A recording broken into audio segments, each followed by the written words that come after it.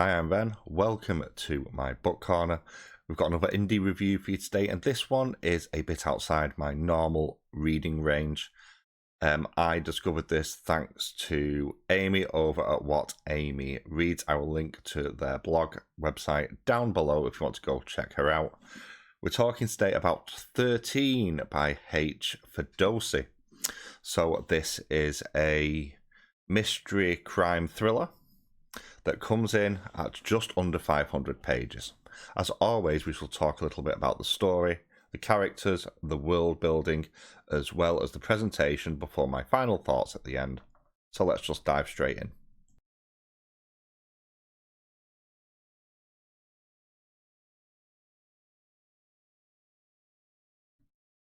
The story primarily follows Neda, although it does also follow their friend Omar as well on occasion. And this is kind of a discovery slash revenge story. Neda wakes up from a coma to discover that their parents died in an attack on her family. Not only that, though, she discovers that while she's been unconscious, her fiancé has been charged and executed for their murder. The problem? She was there, and she knows it wasn't him. And what we have there then is Neda going off to try and discover the truth of what happened, leading to conspiracies around the authorities, around business, big business, as well as some religious bits and pieces thrown in as well, and a critique of the Iranian system in general. Not just that, you have a number of people who initially at first feel quite disconnected from the plot. But as we work through the book, they get drawn in, and the conspiracy is actually far, far more far-reaching than it initially appears, with even more sinister overtones than we originally see. It is quite slow-paced, which is worth mentioning here, because I know slow-paced books aren't for everyone. But it does work really well and uses a number of very, very clever narrative framings to retroactively introduce plot twists, which I really, really appreciate, and are exceptionally well done here. Overall, I think this is a very, very solid story, and the real strength of this, however, does come in the presentation, which we'll touch on later on. But this is a solid thriller that does a good job of keeping its twists well hidden, but they do make sense, and it does foreshadow well for some of the bigger twists later on.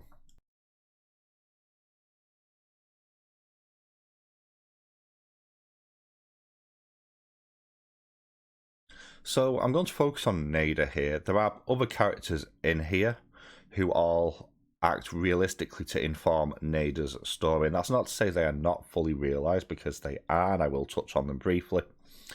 But Neda is very much the focus of this. So she is from a relatively wealthy family in Iran, and also in terms of religious views, relatively moderate by Iranian standards, it appears as well, and is very much cushioned from a lot of the hardships of modern day life. She very much gives the impression at times of a pampered princess, although you don't necessarily get that impression straight away. And what starts to give you this impression is a level of naivety as she first goes off to start discovering who was involved in the death of her parents. This overbelief in her own, I hate to say this, but special nature. She overvalues her own intelligence at times, and that is not to say she is stupid. She isn't. But she has a higher belief in how smart she is, and she's getting into waters far too deep for her to be in. It very much feels like a big fish in a little pond, then moving into a far bigger pond where there's far bigger fish. But also, on top of that, there's a number of other interesting things here. So Neda, by nature, is going through qualifications to be a writer, a poet, and is apparently very, very good, with a great future ahead of her. Lives in the lap of luxury as well. Not really got anything to particularly worry about. And as mentioned, quite moderate in their religious beliefs. Their friends around them, however, tend not to be quite as well-to-do, for want of a better word, in life, and this starts to cause some shaping when some restructuring at Neda's father's company leads to their parents being laid off, and you have some of the social pressure of trying to provide for your family, and almost the shame that some people can feel. It does dive into that a little bit. After the events that led to the death of Neda's parents, we begin to spend a lot more time with Omar, who is the second POV character within the book, who kind of got dragged into Neda's orbit by mutual friends and relationships. And Omar is very much somebody who wants to help Neda, but kind of resents her at the same time because of the way she is, because she just pulls people into orbit and somehow, not necessarily deliberately, but kind of manipulates them as well, and starts to almost infect them with her level of zeal for trying to find things out. And also, again, because of the slightly more pampered existence, they don't have the same protections potentially that she has, and are far more exposed and cannot keep up with her in general. And it's really interesting as you see this character who starts off as incredibly naive become quite cynical, quite withdrawn. Obviously, there's some severe mental health issues here, as you would expect with everything that they've gone through, as well as dealing with the societal pressures of being a woman in a very conservative Iranian state and dealing with the challenges of that as well. And whilst I will never say that Neda is a particularly likable character, because on many, many, many, many levels she isn't, for a large part of this book, you kind of do root for her, and you can completely see where her arc goes, why it goes as it does. She never starts from a base of being this likable character. She's also quite an unreliable narrator in many regards as well, because of quite a narrow world view. But it's an engaging story to follow, and actually, it's one of the most compelling character arcs I've read for quite a while for a main character, as well as one of the most extreme.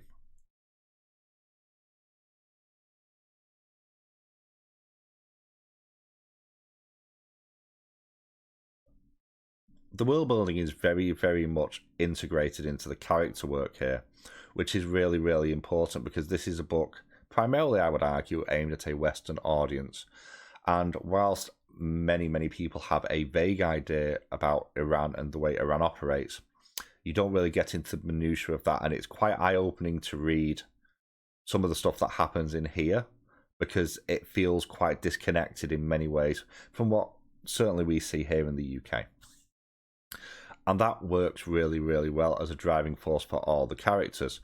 So it does look at social inequality is a massive, massive thing in this book. Neda, in many ways, represents the dichotomy of that being from the rich family, but also being a girl, and looking at how kind of the money acts as a buffer to a certain extent, and you see what happens when the money isn't there to help people out. But also looks at the general social inequality and the growing gulf there, political corruption and institutional corruption as well, looking at political systems, the courts, the police, as well as religion and religious fanaticism is probably the best way of putting it. And the use of that to help control a populace is really, really interesting and really disturbing to read as well. I don't want to undercut that at all. If you do what I did and go and read this and go and do a little bit of research, it is far more horrific than we really see, and is a bit of an eye-opener, to be honest, which I think is why diversifying your reading can be quite important, but I digress a little bit there. But it does a really, really good job, I think, of showing a society that, from the outsider looking in reading this, feels sick to its core. And of course, that's projecting Western values, or my personal values, on a society, which is not always a good thing to do.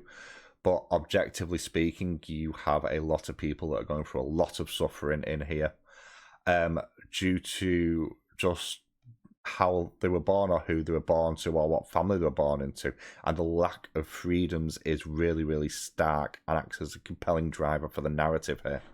So really, really good world building, which really does ground the story and ground the character actions, and really does help show choice and consequence as well, and how that plays out.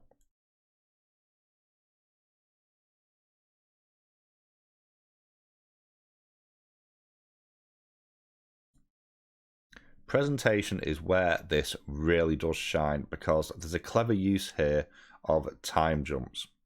Sometimes this works for me, sometimes it doesn't. It works really, really, really well here, as the story is not told in a linear fashion. So you'll start at one point, then you'll go back in time, and that'll fill in certain bits of the details that are relevant to that part of the plot. And this helps to keep certain identities and certain twists hidden. So at the beginning, we don't actually know too much about Neda's background. We don't know about this all-encompassing conspiracy. It just looks initially like a murder, but then we'll slip back in time and we'll get a little bit of Neda's backstory in there, and that informs stuff, and this is stuff that obviously Neda is aware of, and that does a really, really good job of kind of hiding some of the twists, but in a really organic way. Also worth mentioning here, this almost reads like a journal in many regards, helped by the fact that each of the chapters are actually dated, so they take place on a specific day. And I really like the very human and very emotional writing that's going on here. It feels quite rough in many regards, which I really appreciated. And also worth mentioning is the prose is very, very good. This especially makes sense when you consider this is almost like a journal, and the fact that Neda was planning to become a poet, so you'd expect a certain level of prose there, and it doesn't disappoint in that act. And you have these moments where Neda actually writes prose poems within some of the chapters as well, kind of engaging on their love as they get further and further away from the person they used to be, which is really, really telling and startling in terms of the way the character works. But again, something else I do quite like after I've read it, there is an appendix at the back which does have the chronological order of each chapter, so you know where each chapter sits within Neda's actual life story as well. Really, really appreciate that. Now, this is split into several parts, so you have like certain aspects of the conspiracy being unveiled and the bounces around within that specific aspect of the story, and that works quite well as well for stopping getting you lost. Worth mentioning here as well, there are some brutal scenes in here, as you would expect. This is quite violent at times. There's some really uncomfortable things to read about in here. Worth mentioning that here, but it's done with tact and care. But it doesn't pull its punches either, which I really appreciated. Overall, the writing of this and the way it's structured is what kind of worked best for me and really, really impressed me.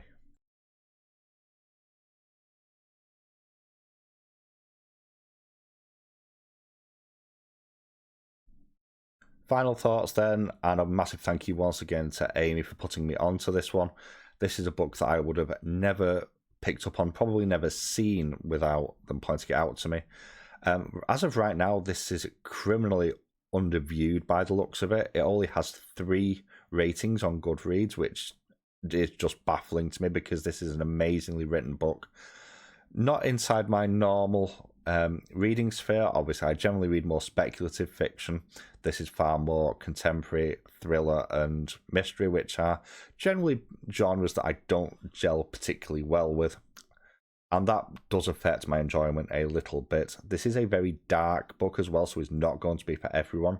But there's a number of important subject matters here which are really interesting to read about and quite mind-blowing in many regards as well. The prose is absolutely fantastic. The actual story structure is really well done. The little narrative tricks that are used work exceptionally well. And also worth mentioning here is that as a thriller, quite often I fall really flat on them because either they're overpaced, which this is definitely not, this is more of a slow burn, or they have twists for the sake of twists, and this doesn't. All the twists in here feel quite organic, quite natural. They all make sense. They don't feel like they're there just to be there to throw you off, which I really appreciated as well. But again, this is outside my normal reading range. I don't enjoy these sorts of books as much as others, which does mean it drops a little bit in terms of my rating. But if you do like a slow burn thriller and you want to diversify your shelf a little bit, I think this is a really, really good contender for that. I gave 13 by H. Ferdosy 4 stars out of 5. It came out back end of 2024, so it's still relatively new. I do recommend giving it a check out. What I would like to know is, what indie thrillers have you read, or thrillers in general, that you think I might enjoy? Let me know in the comments down below, and I will catch you all very soon.